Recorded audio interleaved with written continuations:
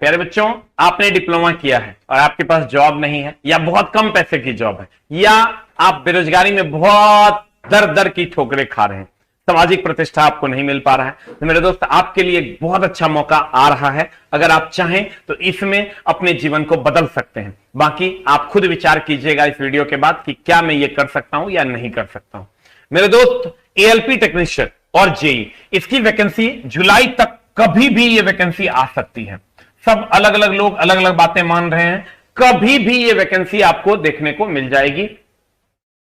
और ये ऐसी वैकेंसी है, आप एक लाइन में अगर हमसे समझिएगा तो हम बीटेक या डिप्लोमा वाले जो छात्र हैं, जो काम 100 न्यूटन में वो कर सकते हैं, दूसरे वैकेंसियों में वो काम मात्र 2 न्यूटन का बल लगाकर यहां कर सकते हैं।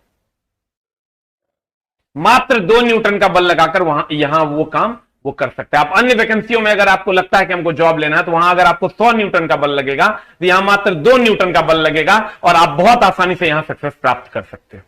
इसी दिशा में यह वीडियो है। उम्मीद करेंगे कि आपके बहुत सारे डाउट्स को यह वीडियो क्लियर करेगा। ओनली अब डिप्लोमा वाले ओनली एएलपी अलाउड है। और अगर आप +2 बेसिस पे, अगर आपने +2 करके डिप्लोमा किया है तो आप single mentor grade 1, grade 2, grade 3 भी भर सकते हैं।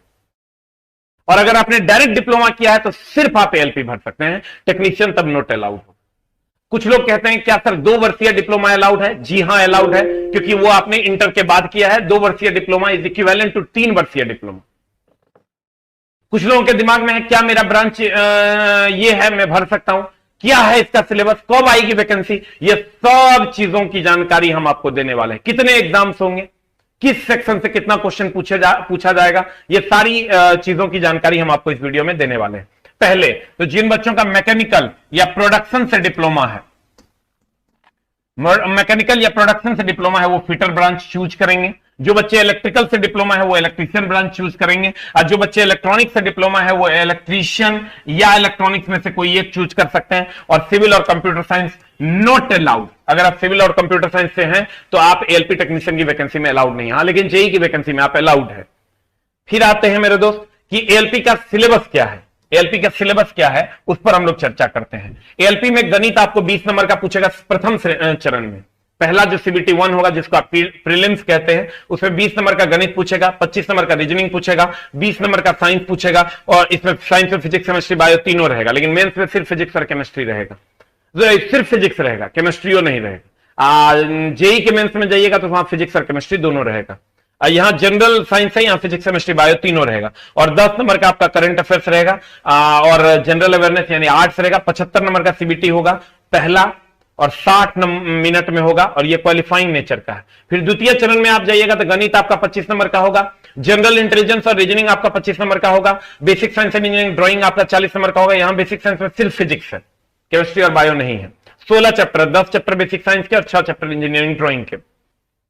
करंट अफेयर्स और जनरल अवेयरनेस आपका 10 नंबर का रहेगा। और इसी पार्ट ए से आपका मेरिट बनेगा, जो आपका 100 नंबर का रहेगा और 90 मिनट में आपको बनाना है। और ये जो पार्ट बी है, जो रिलेवेंट ट्रेड है, ये क्वालिफाइंग नेचर का होता है। आपको ये क्वालिफाई करना होगा। जब ये इसमें आप क्वालिफाई कर जाइएगा तब इसका नंबर चेक होगा और नंबर चेक होगा, इसी के आधार पर आपको मेरिट बनेगा। यानी पार्ट ए जो है ये आपको मेरिट बनाएगा। लेकिन पार्ट ए मेरिट तब बनाएगा जब आप पार्ट बी को क्वालिफाई कर जाइएगा। और इसको क्वालिफाई करने के लिए 35% मार्क्स चाहिए, यानी 75 में 27 क्वेश्चन आपको पार्ट बी में यानी ट्रेड में बनाना पड़ेगा और तब आपका पार्ट ए का कॉपी चेक होगा।